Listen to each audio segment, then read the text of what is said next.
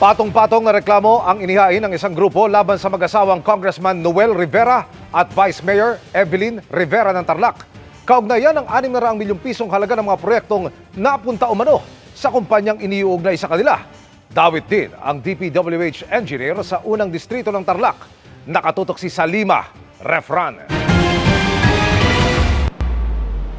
Dumulog sa Ombudsman ang grupong United Filipino Against Crime and Corruption o UPAC para ireklamo ng plunder si Tarlac 3rd District Representative Noel Rivera. Gayon din ang asawa niyang si Vice Mayor Evelyn Rivera ng Concepcion Tarlac at DPWH Tarlac 1st District Engineer Neil Farala.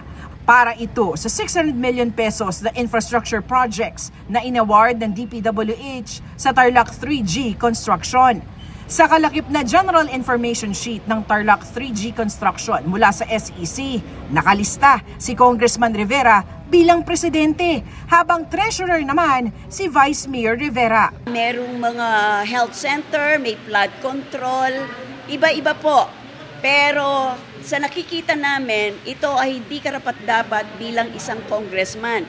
Hindi siya nag-divest, siya mismo ang makikita mong pumipirma sa mga kontrata ng DPWH. 13 kontrata sa iba't ibang distrito ng Tarlac ang napunta sa Tarlac 3G mula 2018. Nakapirma rito bilang General Manager ng Tarlac 3G si Congressman Rivera. May conflict of interest dahil siya ay elected congressman ng District 3 Tarlac.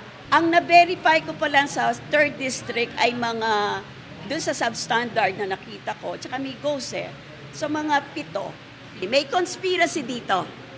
Kasi alam niya congressman siya, alam ni district engineer na congressman siya, pero binibigyan siya ng kontrata siguro gamit ang kanyang impluwensya.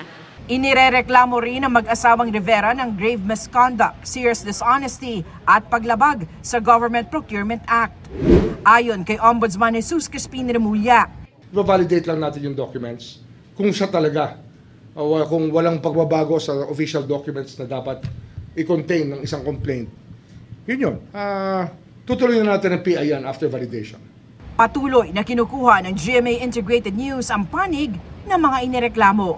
Para sa GMA Integrated News, Salima Refran, nakatutok 24 oras.